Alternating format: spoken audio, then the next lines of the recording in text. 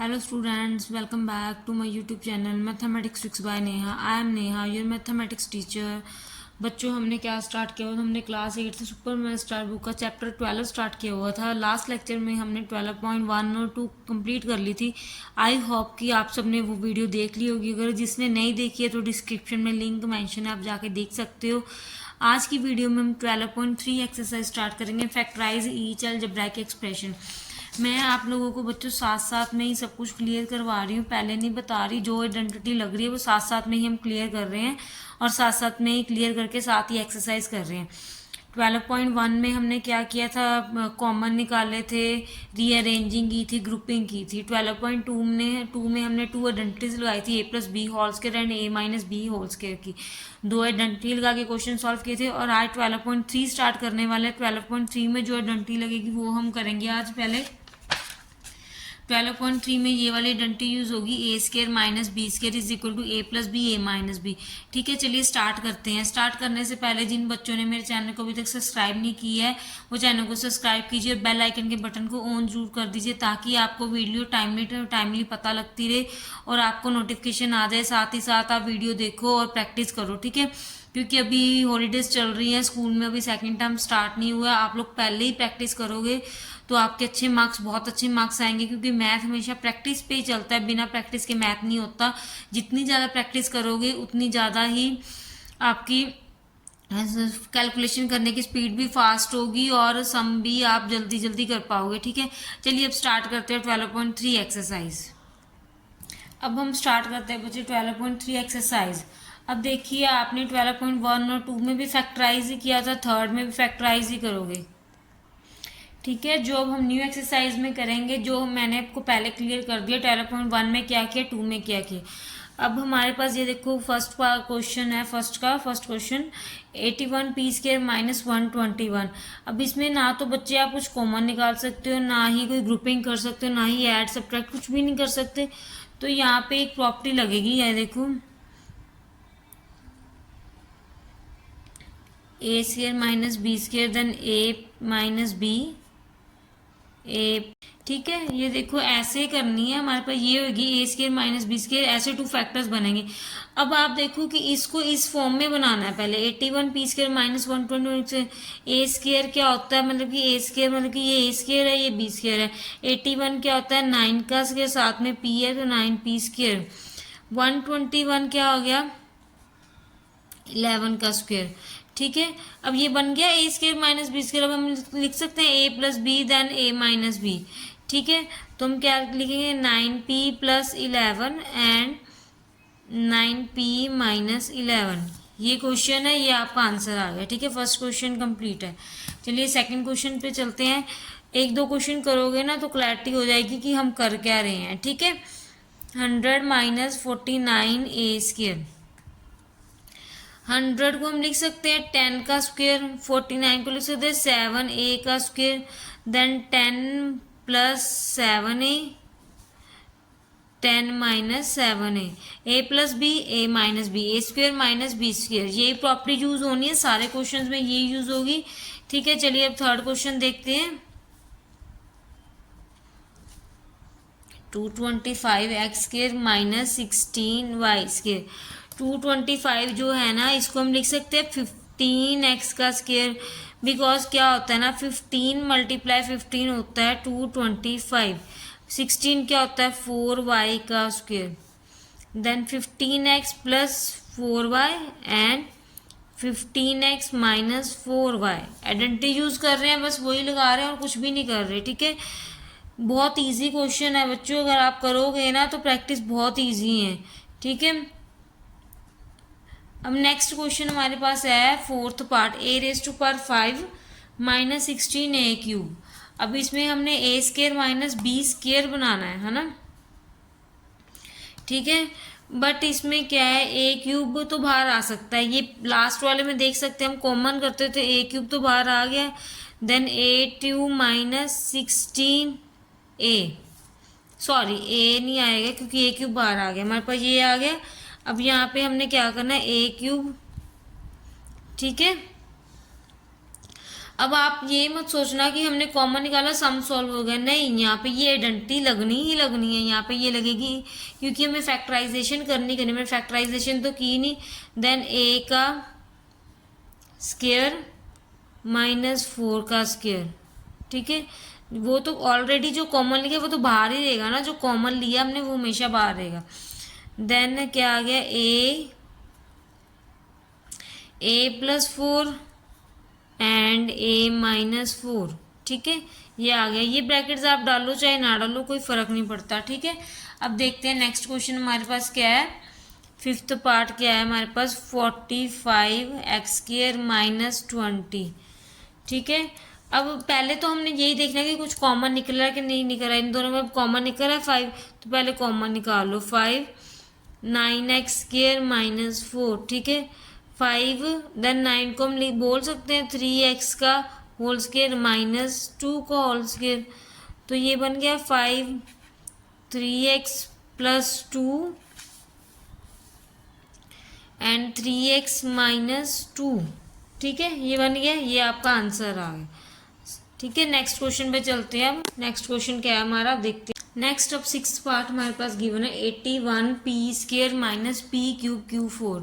पहले कॉमन देखेंगे, इसमें कॉमन क्या आ रहा है, p² कॉमन आ रहा है ना, तो p² कॉमन कर लेते हैं, 81 - pQ4, ठीक है।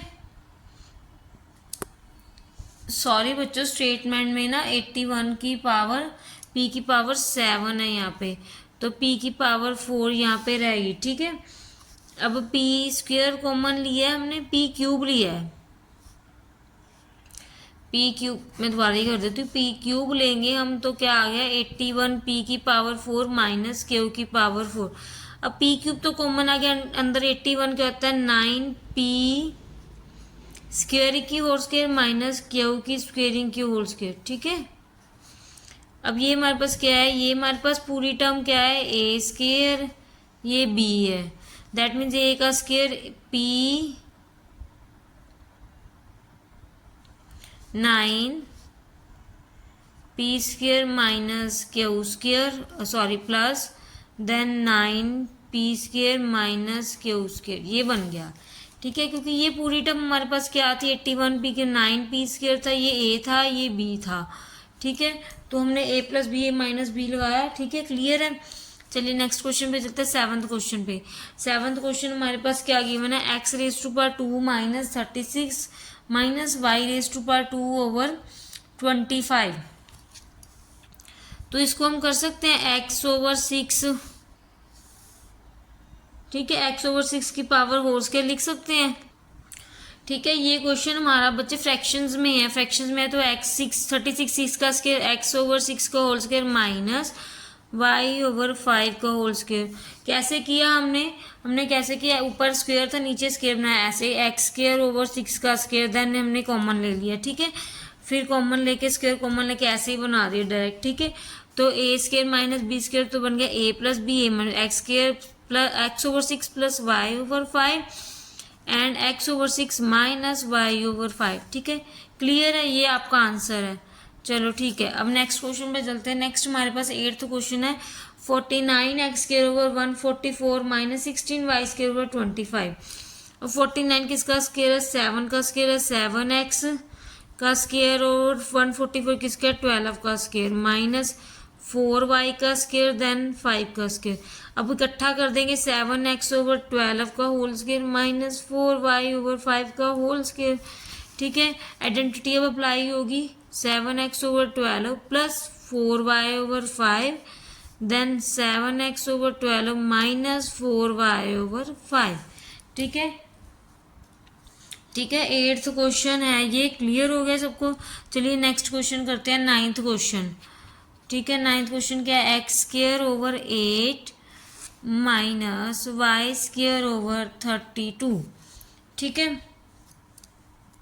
समझ आ रहे हैं आपको क्या, एक बार फिर से, चलो ये एक बार फिर से क्लियर कर देती हूँ। ये क्या था 49x², 7x², 12 144 12 का स्क्वायर था, 164 क्या होगा 4y का स्क्वायर, 25 5 का स्क्वायर, देन a² इसका होल स्क्वायर किया, देन a² - b² क्या है a + b a - b, ठीक है। अब नेक्स्ट क्वेश्चन पे चलते हैं, नाइन्थ क्वेश्चन हमारे पास क्या है, x/8 y/32। ठीक है, अब इसमें ना बच्चे स्क्वायर नहीं बन रहे, 8 किसका प्रॉपर स्क्वायर होता ही नहीं, ना 32 होता है। तो इसमें अगर कुछ कॉमन आए तो कॉमन कर दो, अगर ना आए तो ना करो। हम डिनोमिनेटर दोनों में कॉमन देखते होते हैं। अब ऊपर तो कुछ कॉमन नहीं है तो 1 लिख सकते हैं। नीचे क्या है, 8 कॉमन आ रहा है, 1/8। देन क्या आ गया, x² / 1 माइनस y²/4। 1/8 तो कॉमन आ गया।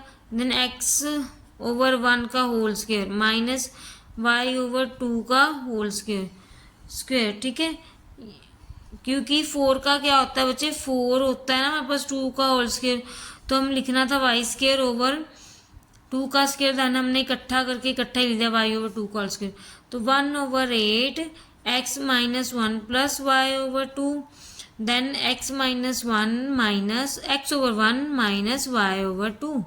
ये आंसर आ गया। ठीक है, नेक्स्ट क्वेश्चन पे चलते हैं। अब नेक्स्ट क्वेश्चन क्या कहता है हमारा, नेक्स्ट पार्ट हमारे पास 10th पार्ट गिवन है, 1 माइनस x माइनस वाई का होल स्क्वायर। ठीक है, ये a² माइनस b² बन रही है प्रॉपर्टी, क्योंकि हम लिख सकते हैं 1 को हम लिख सकते हैं 1 का square minus x minus y. इसमें तो ऑलरेडी स्क्वायर था, ये डायरेक्ट बन गया, ये a ये b, तो हमारे पास क्या बन गया, 1 plus x minus y and 1 minus x minus y. ये a माइनस बी था, तो ठीक है हमने इसको ब्रैकेट में ही रखा है। अगर ब्रैकेट ओपन करेंगे तो साइन चेंज होंगे, सॉल्व करना पड़ेगा। ठीक है, a plus b, a minus b. ठीक है, ये आपका आंसर आ गया। प्रॉपर्टी यहाँ पे लिख देती हूँ, a² minus b², this is equal to a plus b and a minus b. ठीक है, ठीक है, इसको हम खोल देते हैं, 1 plus x minus y and 1 minus x plus y. ये आपका आंसर आया। ठीक है, इसको ओपन कर दिए। ठीक है, नेक्स्ट क्वेश्चन हमारे पास है 11th क्वेश्चन। क्या कह रहा है, x² माइनस 2y माइनस 3 का होल क्यूब। इसको लिख सकते हैं हम a² माइनस बी से, इसको सीधा ही x plus 2y minus 3 and x minus 2y minus 3। जहाँ पे बच्चे वो होती है ना माइनस, तो हम ब्रैकेट लगाते हैं। अब इसको सॉल्व कर देते हैं, x plus 2y minus 3 then x minus 2y plus 3। ठीक है, ये आंसर आ गया। नेक्स्ट देखिए हमारे पास 12th क्वेश्चन क्या कहता है, 2x plus 3y the whole square minus 16z²। ठीक है, ये तो एज इट इज रहेगा, 2x प्लस 3y का whole square, because a² minus b² बनाना है। 16 को लिख सकते हैं 4z का होल स्क्वायर। ये आपकी फर्स्ट टर्म है, ये आपकी सेकंड टर्म है, ये a है ये b है। Then 2x plus 3y plus 4z and 2x plus 3y minus 4z। ये ठीक है, आपका आंसर आ गया। ठीक है, ये थी बच्चों आपकी 12.3 एक्सरसाइज है।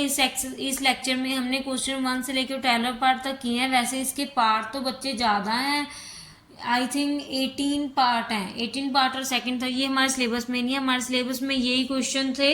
हमारे पास 12.3 के इतने क्वेश्चन थे सिलेबस में 1 to लेकर 12, तो वो हमने कर लिए। नेक्स्ट लेक्चर में हम 12.4 एक्सरसाइज करेंगे। ठीक है, अगर आपको हमारी वीडियो बच्चों अच्छी लगती है तो बेल आइकन को ऑन कीजिए और चैनल को सब्सक्राइब कीजिए। जो भी हमारी वीडियो को पहली बार देख रहे हैं वो चैनल को सब्सक्राइब जरूर करें और कमेंट कीजिए, लाइक कीजिए एंड शेयर कीजिए। अगर आपको कोई और डाउट है तो आप हमें कमेंट कीजिए, हम वो भी क्लियर करेंगे। ऐसे ही हम आपके लिए डेली न्यू ट्रिक्स और न्यू वीडियो लेके आते रहेंगे। ठीक है, चलिए बाय बाय बच्चों, थैंक यू सो मच।